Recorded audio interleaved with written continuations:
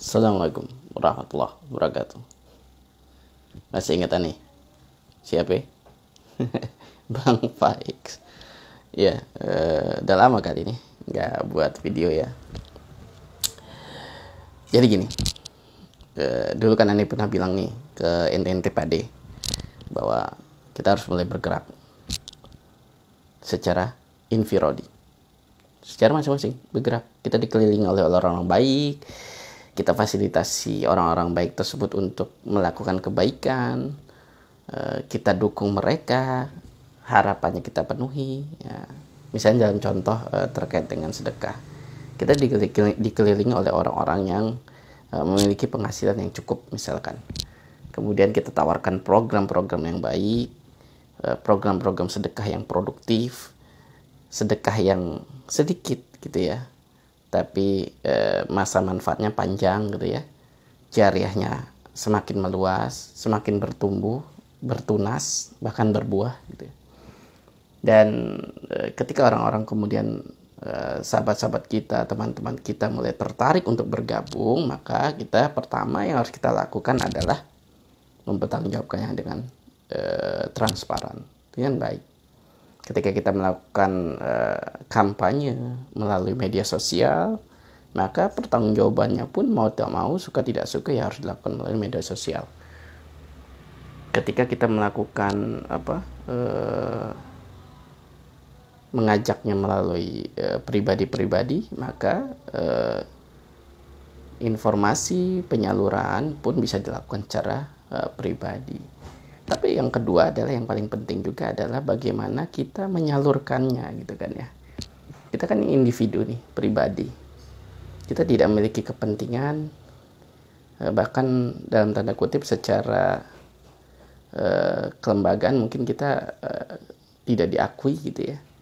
Bagaimana caranya untuk menyalurkannya? Kuncinya adalah bagaimana kita dapat bersinergi dengan lembaga-lembaga sosial yang diakui oleh pemerintah. Kenapa itu penting? Karena merekalah yang tahu data-data mustahik, merekalah yang tahu data-data du'afa yang membutuhkan. Jangan sampai gitu ya, jangan sampai kita menyalurkan pada satu titik yang titik tersebut sudah disalurkan juga oleh lembaga-lembaga atau individu-individu lainnya.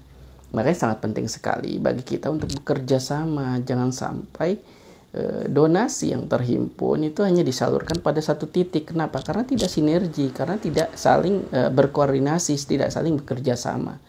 Dengan kita bekerja sama dengan secara kelembagaan dengan lembaga-lembaga yang kredibel tentunya, maka penyebaran sedekah itu akan lebih merata dan duafa yang tertolong itu akan lebih banyak.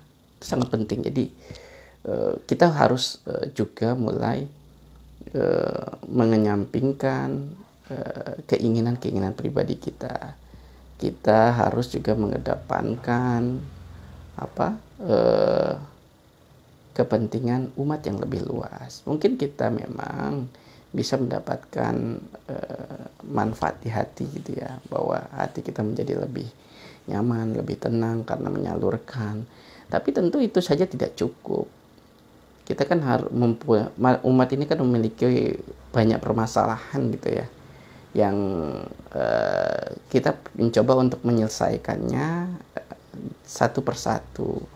Namun ketika kita tidak melakukan koordinasi, tidak melakukan kerjasama dengan lembaga-lembaga yang kredibel, maka permasalahan-permasalahan umat ini akan selesai secara parsial.